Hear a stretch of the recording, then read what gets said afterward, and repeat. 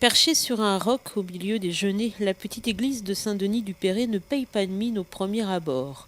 Une église de pauvres, comme le plaît à dire le maire de la commune, Jean Étienne. Elle vient pourtant de dévoiler des trésors historiques. Malmenée par les hommes et le temps, l'église, qui a déjà été rénovée, doit en effet connaître de nouveaux travaux au niveau de ses fondations. En préalable à ces travaux, comme d'habitude, un diagnostic obligatoire a été effectué par les archéologues. Et les fouilles effectuées en janvier dernier ont permis quelques très belles découvertes.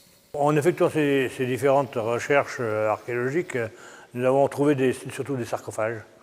Énormément de sarcophages, des sarcophages qui dataient de plusieurs époques et qui étaient d'un état différent. Pourquoi ? Parce qu'on a retrouvé des sarcophages qui ont été éventrés par les différents travaux qui ont été effectués au fil des siècles.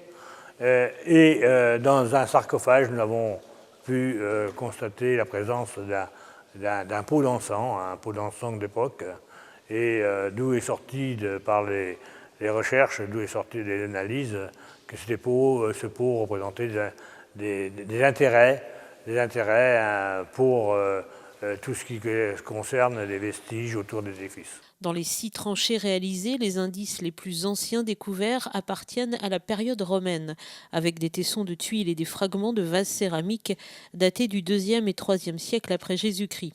3 autres sondages au nord du transept et contre le mur sud ont permis cette fois de mettre à jour des sépultures. La plus ancienne date de l'époque mérovingienne, autour du 7e siècle. Cela sous-entendrait donc qu'une église existait déjà à cette période. Les autres sépultures, quant à elles, datent des XIIe et XIIIe siècles. Et dans l'une de ces tombes, on a découvert un pot à encens. C'est dire en tout cas l'intérêt de cette petite église qui cache bien son jeu. Cette église, aujourd'hui, en fin de compte, elle représente pour toutes les gens qui tournent autour des patrimoines religieux, elle présente un grand intérêt de façon à reconnaître comment elle a été construite, dans les conditions qu'elle a été construite, et ce qui pouvait exister déjà à la base sur ces lieux-là. Donc beaucoup de découvertes. Donc aujourd'hui, on se trouve dans l'église de Saint-Denis-du-Péret, mais il est prévu de faire une fondation à l'intérieur de l'église. Donc aujourd'hui, il faut démonter tous les bancs. Pourquoi ? Parce que les spécialistes de l'archéologie pensent faire des découvertes très intéressantes dans le lieu même de l'édifice. Reste que se pose désormais un difficile problème pour Saint-Denis-du-Péret. Il faut bien sûr consolider l'église et donc continuer les travaux, mais pour cela, il faut aussi sauvegarder ces découvertes archéologiques. Nous avons la solution, c'est-à-dire que retirer tous les vestiges, retirer toutes les sépultures, après les emmener sur un lieu en sécurité.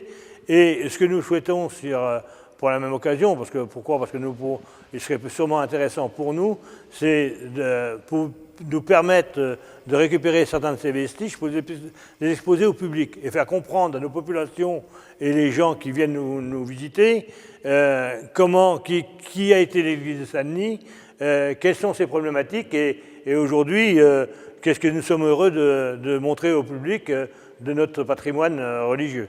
Pour cela, il faut de l'argent, beaucoup d'argent, et il faut donc des partenaires. C'est pourquoi Saint-Denis-du-Péret lance un appel au département, à la région et à l'État.